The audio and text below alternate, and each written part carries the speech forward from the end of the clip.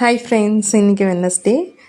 இன்றைக்கி லஞ்சுக்கு பார்த்திங்கன்னா கலந்த காய் போட்டு சாம்பார், அப்புறம் சுண்டல், எக்ஸ்ட்ராவாக பார்த்திங்கன்னா ஒரு வேவிச்ச முட்டை. ஸ்நாக்ஸுக்கு வந்து பார்த்திங்கன்னா கொஞ்சம் சீஸ் வச்சு ப்ரெட் டோஸ்ட் பண்ணி வச்சுருந்தேன்.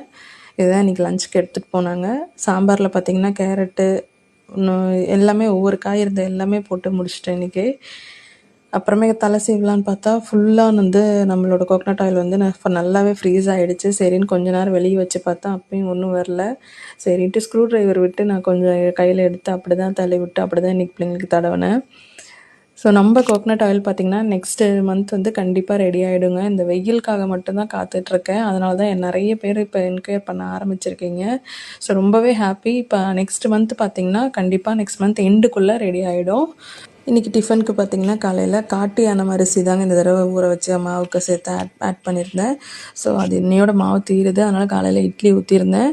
பிள்ளைங்களாம் சாப்பிட்டாங்கன்னா ஒரு இட்லி 2 இட்லியோட காலையில் டைம் இல்லைன்னு எந்திரிச்சுக்குவாங்க.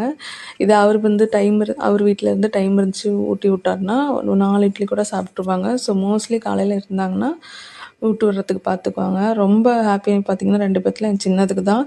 ஏன்னா அவளுக்கு தான் வந்து ஊட்டி விட்டு சாப்பிட்றது, அதுவும் அவங்க அப்பா கையில் சாப்பிட்றதுனா ரொம்பவே பிடிக்கும்.